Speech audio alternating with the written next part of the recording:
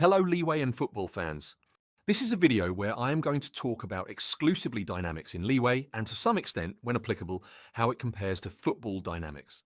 We all know that Leeway is an innovation of football, but we must agree that the final product is considerably different not only in terms of its field, its rules, and consequently its dynamics. And the dynamics is going to be all I will be addressing in this video. I will work with a static frame as it makes it easier to pinpoint details on the screen. So let's start by talking about the single most important difference between Leeway and football, the offside rule. On the right side of the screen, we have a football field and how players position themselves during a match. On the left side of the screen, we have a Leeway field and how players position themselves during a match. Let's first describe the very well-known offside in football, where the position of attackers and defenders play a role in determining the offside status of the attacker. If the attacker in football has any part of their body behind the line set by the defenders at the time the ball is launched to them, this attacker will be ruled as offside. For this reason, every time you watch a football match, you will notice that defenders do not position themselves in front of the attacker because this way, the attacker will be able to move forward and will not be in offside.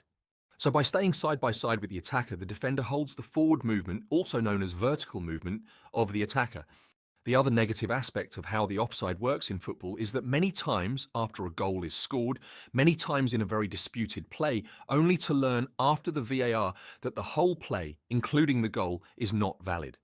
Here on the screen, just to demonstrate, see how on the right side, the yellow defenders and black attackers are really side by side, following the line set by the defenders. If the attackers move vertically forward and behind the defenders, they will be offside. Does it look to be a rewarding or interesting rule to attackers? Not really. Now let's take a look on the left side of the screen and understand the dynamics of the offside rule in Leeway. We know that in Leeway, if a player is outside the 5-yard area, this player will never under any circumstance be in an offside position. The position of defenders and attackers play no role at all. So attackers can at any time move in any direction before the ball is launched to them without risking being in offside, as long as they remain outside the 5-yard area. So attackers in Leeway depend only on themselves to make sure they are always in a legal position and able to score legally in the match. As you can see on the left side of the screen, the black defenders are positioned in front of the yellow attackers because that is the only way to defend, because there is no limitation in the movement of the yellow attackers. After learning and understanding how the offside rule works in Leeway, a good question would be, how can defenders, in an effective manner, defend against the vertical movement of attackers in Leeway? The answer is very simple. Because there is no way to prevent that attacker move forward or sideways or in any direction, there are basically two strategies to defend in Leeway. The first one is shown on the right side of the screen, where the blue defenders are positioned very close to the 5-yard line, and this way it guarantees that the black attackers will not run behind them and enter the 5-yard area before the ball is launched to them. If they do, these black attackers will be offside on the right side of the screen. Now if we look at the left side of the screen, let's ask, what is another alternative defenders can use? The black defenders, instead of staying put around the 5-yard area, they moved in the direction of the blue attackers to dispute the ball possession very far from their 5-yard area. A third option is an intermediate strategy between the two, previous with a floating position, maybe marking area a few players, but definitely not expecting to hold or prevent the vertical movement of the attacker. Sometimes this may cause spaces to be opened behind defenders, which may be exploited by the attackers. So, as you can see, in Leeway there is a continuous dispute in every play, as attackers are almost always in a legal position. One clear disadvantage of the first strategy on the right side is that it allows attackers of the opponent's team to place themselves excessively close to the defender's goal, and this is a very dangerous proposition. We learned about the offside dynamics and the defense strategies in Leeway. I believe a very good topic would be the transition defense to attack, also known as counterattack. Let's first define what is counterattack and the importance of it. Counterattack is the response a team, or in fact an individual, can mount to deploy an attack immediately after being in a defense situation. In other words, is the transition from defense to attack a team or an individual can generate. The faster and the more precise, the better. All that is valid for any sport, and in fact, in many situations, even outside sports. What is the importance of that? Well, there are many aspects to be looked at, but at least two aspects are very relevant. First, it is very important to know how to defend yourself, but it is also extremely important that you are capable of counterattack your opponent, so that the decision of attacking you made by your opponent do not become very easy. We all know that every time you attack your opponent, you expose yourself to a certain degree and can suffer a counterattack. But counterattacking well requires competence and also depend on the rules and dynamics of the sport you are playing. And in this particular aspect, Leeway is extremely generous as it considerably encourages and create conditions for a fast and efficient counterattack. Why is that? Very simple. In Leeway, we just learned that the offside rule does not take into consideration the position of attackers in relation to defenders. Correct? So what we see in Leeway is that even when a team is defending itself, it keeps 1, 2, and sometimes even 3 or 4 attackers already in position on the attack field, ready to receive a pass and pull an extra fast counterattack. There is no need for the first player who starts the counterattack to carry the ball or make a short diagonal pass. Instead, this player can make a long and deep pass into the attack field as long as teammates are present there. Another aspect is that the presence of these attackers planted in the attack field hold the defenders of the opponent team in their defense field, and they cannot move forward to the attack field and help attack against your team. So this strategy has a double effect. Create conditions to an actual very fast counterattack, and it hold defenders in their defense field. So now that I described the mechanism, let's look at the diagram in front of you. The red team is defending. The yellow is attacking as demonstrated by the arrow, but if you observe carefully, there are 4 red players already placed in the attack field, ready to pull an extra fast counterattack.